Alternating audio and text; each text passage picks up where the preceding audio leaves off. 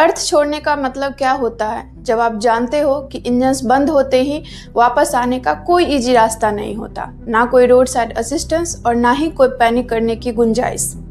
सिर्फ एक पतला सा मेटल का शेल, बाहर खाली वैक्यूम और आप और आपके घर के बीच हजारों किलोमीटर का फासला। एस्ट्रोनॉट के लिए अनसर्टेनिटी सिस्टम की कमी नहीं होती, बल्कि उनके जॉब का पार्ट होती है। और इस रियलिटी को सुनीता विलियम्स से बेहतर शायद ही कोई समझता हो। एक ऐसी एस्ट्रोनॉट जिनका स्पेस करियर सिर्फ ह्यूमन इंड्योरेंस को ही नहीं बल्कि ह्यूमैनिटी के फ्यूचर को भी दिखाता है। नमस्ते, मैं हूं जूही और आज हम बात करने वाले हैं नासा की लेजेंडरी एस्ट्रोनॉट सुनीता विलियम्स के बारे में। इनका जन्म 1965 में ओहायो यूएसए में हुआ।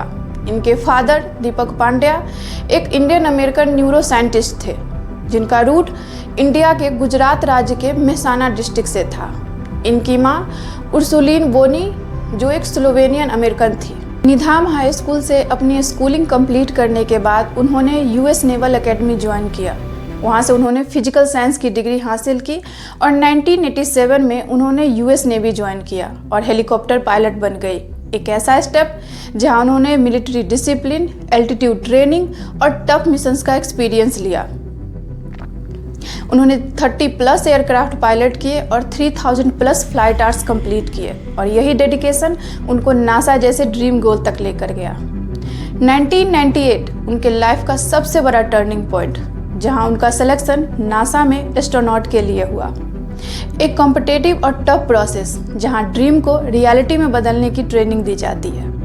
नासा में उनको काफ़ी इंटेंस ट्रेनिंग मिली, like zero gravity simulation, survival drills, under water space walks practice और mentally breaking limits every single day. और अब बारी आती है उनके पहले स्पेस मिशन की। 9 दिसंबर 2006 में Sunita Williams space shuttle discovery से इंटरनेशनल स्पेस स्टेशन पर गई, जहां उन्होंने 4 स्पेस वॉक्स किए जो तब तक किसी फीमेल एस्ट्रोनॉट ने नहीं की थी। उन्होंने एक अनबिलीवेबल रिकॉर्ड भी बनाए। उन्होंने ट्रेडमिल पर बोस्टन मैराथन को कंप्लीट किया। टोटल 42 किलोमीटर मैराथन को 250 माइल्स ऊपर फ्लोटिंग स्पेस स्टेशन पर। 2012 में उन्होंने अपना दूसरा स्पेस मिशन कंप्लीट किया, जहां उन्होंने क्रिटिकल रिपेयर किए, साइंटिफिक एक्सपेरिमेंट परफॉर्म किए, इवन आईएसएस टीम को लीड भी किया। इस तरह उन्होंने अपने पूरे स्पेस करियर में टोटल 9 स्पेस वॉक्स किए, जिसकी टोटल टाइमिंग 62 आवर्स 6 मिनट है, जो किसी फीमेल एस्ट्रोनॉट के लिए एक वर्ल्ड रिकॉर्ड है। स्पेस वॉक होता क्या है, आइए थोड़ा इसको समझते हैं। स्पेस वॉक का मतलब होता है अपने कैप्सूल से बाहर निकलना, जहां हर चीज़ माइक्रोग्रेविटी में होती है। कभी टेम्परेचर +120 डिग्री सेल्सियस तो कभी -150 डिग्री सेल्सियस। ये साइकोलॉजिकली और फिजिकली दोनों तरह से एक्सट्रीम होता है। वैसे तो मूवी में स्पेस को काफ़ी शांत और एफर्टलेस दिखाया जाता है, लेकिन वहाँ रहना उतना ही मुश्किल है। जीरो ग्रेविटी होने की वजह से हर चीज़ फ्लोट करती रहती है। खुद का बॉडी कंट्रोल करना भी काफ़ी मुश्किल हो जाता है। आईएसएस पर लाइफ फिजिकली एग्जॉस्टिंग और साइकोलॉजिकली काफ़ी डिमांडिंग होती है। जीरो ग्रेविटी के कारण मसल्स यूज नहीं होते, बोन वीक हो जाती है और यहाँ तक कि सोना, खाना और हाइजीन इस सब प्रॉब्लम को फेस किया जाता है। वहीं बात सोने की जाए तो स्पेस में एस्ट्रोनॉट दीवार से लगे स्लीपिंग बैग में सोते हैं और उनकी बॉडी हवा में फ्लोट करती रहती है। एक इंटरेस्टिंग फैक्ट ये भी है कि स्पेस में हर 90 मिनट पे दिन और रात होती है, जिसकी वजह से सर्कैडियन रिदम कंफ्यूज हो जाती है, जिसकी वजह से प्रॉपर नींद नहीं आती है। आइए थोड़ा समझते हैं सर्कैडियन रिदम होती क्या है। जैसा कि हम सब जानते हैं, हमारे बॉडी का एक नेचुरल टाइम मैनेजमेंट होता है जो कि 24 घंटे के साइकिल पे काम करती है, जो डिसाइड करती है कि हमें कब नींद आएगी, कब हम एक्टिव फील करेंगे, कब हार्मोन्स रिलीज होगी और कब बॉडी रेस्ट या रिपेयर मोड में जाएगी। और ये बॉडी क्लॉक ब्रेन के एक छोटे से पार्ट हाइपोथैलेमस से कंट्रोल होती है। बॉडी क्लॉक का सबसे बड़ा सिग्नल सनलाइट होती है। फॉर एग्जाम्पल, सुबह की रोशनी ब्रेन को ये मैसेज देती है कि अभी एक्टिव होने का टाइम है। रात का अंधेरा जब ब्रेन मेलाटोनिन हार्मोन्स को रिलीज करती है, जो कि हमें नींद लाने में हेल्प करती है। और ये जब बॉडी क्लॉक बिगड़ती है तो प्रॉपर नींद नहीं आती है, इरिटेशन होती है, फोकस और मेमोरी दोनों वीक हो जाती है एंड मोस्ट इम्पॉर्टेंट डाइजेशन और इम्यूनिटी पर फर्क पड़ता है। और क्योंकि स्पेस में हर 90 मिनट पे दिन रात होती है, सोचो एस्ट्रोनॉट का क्या हाल होता होगा। लेकिन एक क्वेश्चन यहाँ ये भी उठती है कि स्पेस में हर 90 मिनट पे दिन रात कैसे होती है। आइए थोड़ा समझते हैं इसके पीछे के फैक्ट को। इंटरनेशनल स्पेस स्टेशन अर्थ के चारों तरफ काफ़ी तेज़ी से घूमती है।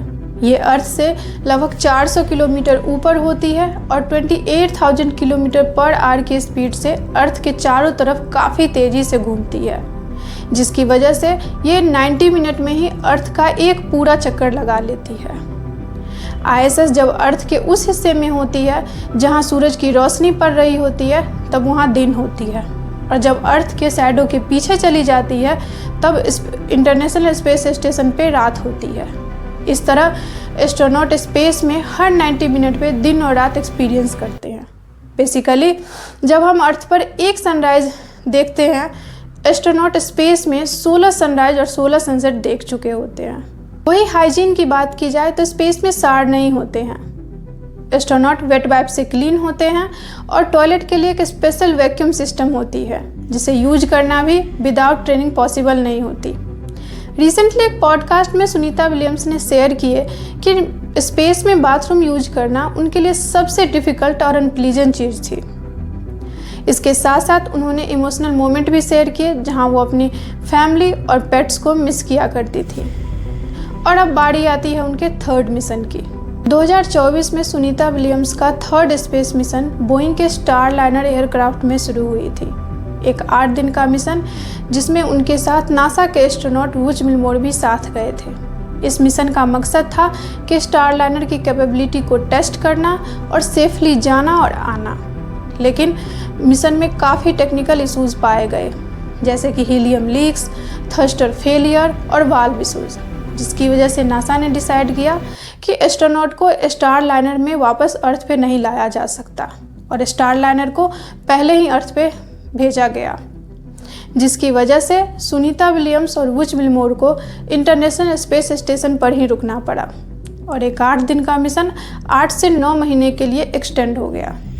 इस पर नासा को काफ़ी क्रिटिसिज्म भी फेस करना पड़ा। मीडिया, एक्सपर्ट, पब्लिक सब ने सवाल उठाए, क्योंकि स्टारलाइनर एयरक्राफ्ट में इससे पहले भी 2019 और 2022 में टेक्निकल इश्यूज़ के कारण मिशन कंप्लीट नहीं हो पाई थी, जिस वजह से लोगों ने बोला कि अगर स्टारलाइनर एयरक्राफ्ट में इतने सारे टेक्निकल इश्यूज़ थे तो नासा ने एस्ट्रोनॉट को इसी व्हीकल से क्यों भेजा। सोशल मीडिया पर कुछ लोगों ने यह भी कहा कि नासा ने टेस्टिंग प्रेशर में आकर के ह्यूमन सेफ्टी को सेकेंडरी बना दिया। दूसरा बड़ा क्रिटिसिज्म कम्युनिकेशन को लेकर के था। शुरू में नासा ने बार बार कहा कि एस्ट्रोनॉट बिल्कुल सेफ हैं, लेकिन मिशन का कोई रिटर्न प्लान पब्लिक के सामने नहीं रखा, जिसकी वजह से सोशल मीडिया में हेडलाइंस चलने लगी, एस्ट्रोनॉट स्टक इन स्पेस। लोगों ने नासा को अक्यूज़ किया कि वो सिचुएशन को डाउन प्ले कर रही है और ट्रांसपेरेंटली नहीं बता रही कि सिचुएशन कितनी सीरियस है। वैसे नासा ने इन सब क्रिटिसिज्म का एक ही जवाब दिया, astronaut safety is our top priority. ISS पर एक्सटेंडेड डे के दौरान सुनीता विलियम्स ने साइंटिफिक एक्सपेरिमेंट, मेंटेनेंस वर्क और स्पेस वॉक को कंटिन्यू किए। उन्होंने माइक्रोग्रेविटी इन्वायरमेंट में भी अपना टाइम प्रोडक्टिविटी से बाहर दिया और जब नासा को उनके सेफ रिटर्न का प्लान बनाना था तो उन्होंने एलन मस्क की कंपनी SpaceX की क्रू ड्रैगन एयरक्राफ्ट को सिलेक्ट किया, जो कि नासा के कमर्शियल क्रू प्रोग्राम में ऑलरेडी रिलायबल प्रूवन था। SpaceX का क्रू 10 मिशन फैल्कन 9 रॉकेट के साथ मार्च 2025 में लॉन्च की गई, जिसमें एक नई इंटरनेशनल क्रू ISS पर गई और 19 मार्च 2025 को सुनीता विलियम्स और वुच मिलमोर के साथ क्रू ड्रैगन एयरक्राफ्ट में गल्फ ऑफ मैक्सिको में स्मूथ लैंडिंग के साथ अर्थ पर वापसी की। इस पर SpaceX के CEO एलन मस्क ने ट्विटर पे नासा और SpaceX की टीम को कंग्रेचुलेट भी किया और एस्ट्रोनॉट सेफ रिटर्न का मैसेज भी दिया और इसके साथ साथ मिशन को सक्सेसफुल भी बताया। लेकिन नासा को इस पर भी काफ़ी क्रिटिसाइज किया गया। बोला गया कि SpaceX अगर पहले से रिलायबल और प्रूवन था तो बेवजह स्टारलाइनर को क्यों पुश किया गया, जो कि अल्टीमेटली एस्ट्रोनॉट के लॉन्ग स्टे का कारण बना। पॉलिटिकली और एक्सपर्ट लेवल पर भी नासा को काफ़ी सुनना पड़ा। कुछ स्पेस एनालिस्ट ने ओपनली बोला कि नासा के कमर्शियल क्रू प्रोग्राम का बैलेंस बिगड़ गया है। जहां एक कंपनी बार बार फेल हो रही है, फिर भी फंडिंग और मिशन उन्हीं को मिल रहे हैं। अगर ये सिचुएशन और ज़्यादा लंबी चलती तो नासा के ग्लोबल क्रेडिबिलिटी और पब्लिक ट्रस्ट को नुकसान होता। लेकिन इस मिशन के साथ साथ एलन मस्क का जो विज़न है कि ह्यूमन को मल्टीप्लैनेटरी स्पीशीज बनाना, अकॉर्डिंग टू हिम, अगर अर्थ पर कभी कुछ गलत हो भी जाए, like climate disaster, asteroid impact या फिर कोई ग्लोबल क्राइसिस, तो ऐसे में ह्यूमन का बैकअप प्लेनेट पे होना ज़रूरी है। इसीलिए मार्स पर फ्यूचर में ह्यूमन सेटलमेंट उनके विज़न का कोड है। और जब सुनीता विलियम्स जैसे एक्सपीरियंस्ड एस्ट्रोनॉट के मिशन सक्सेसफुल होते हैं, स्पेशली कम्प्लेक्स रिटर्न मिशन, तो ये सिर्फ एक सेफ लैंडिंग नहीं होती, बल्कि मस्क के इस विजन को रियल वर्ल्ड वैलिडेशन मिलती है। इस मिशन के साथ साथ ये भी प्रूफ होता है कि ह्यूमन एक्सट्रीम कंडीशन में भी सर्वाइव, अडेप्ट और वापस सेफली रिटर्न आ सकते हैं। हर सक्सेसफुल मिशन एक स्टेप है उस फ्यूचर की तरफ जहां स्पेस सिर्फ एक्सप्लोरेशन नहीं बल्कि ह्यूमन सर्वाइवल स्ट्रेटजी बन चुका होगा। सो बेसिकली स्पेस सिर्फ साइंस क्यूरियोसिटी नहीं रहा, बल्कि एक स्ट्रेटेजिक बैटलफील्ड बनते जा रहा है, जहां यूएसए, चाइना, इंडिया और दूसरे मेजर पावर्स सब launch system, space station, lunar mission और सैटेलाइट में इन्वेस्ट कर रहे हैं, क्योंकि ये रेस सिर्फ फ्लैग लगाने की नहीं बल्कि इंफ्रास्ट्रक्चर की है। जियोपॉलिटिक्स और टेक्नोलॉजी से आगे सुनीता विलियम्स की स्टोरी एक स्ट्रॉन्ग ह्यूमन लेसन देती है कि उनकी जर्नी रॉ टैलेंट से ज़्यादा प्रिपरेशन को हाईलाइट करती है। स्पेस में काम लीडरशिप अथॉरिटी से ज़्यादा वैल्यूबल होती है। उन्होंने सिर्फ अर्थ का चक्कर ही नहीं लगाया, बल्कि ह्यूमैनिटी को ये समझाने की कोशिश की कि अर्थ के बाहर कैसे जिया जा सकता है। अब सवाल ये नहीं कि अर्थ के बाहर ह्यूमन सर्वाइव कर सकते हैं या नहीं, अब सवाल ये है कि क्या हम वहाँ पे फ्यूचर बिल्ड करने के लिए रेडी है। Think about it.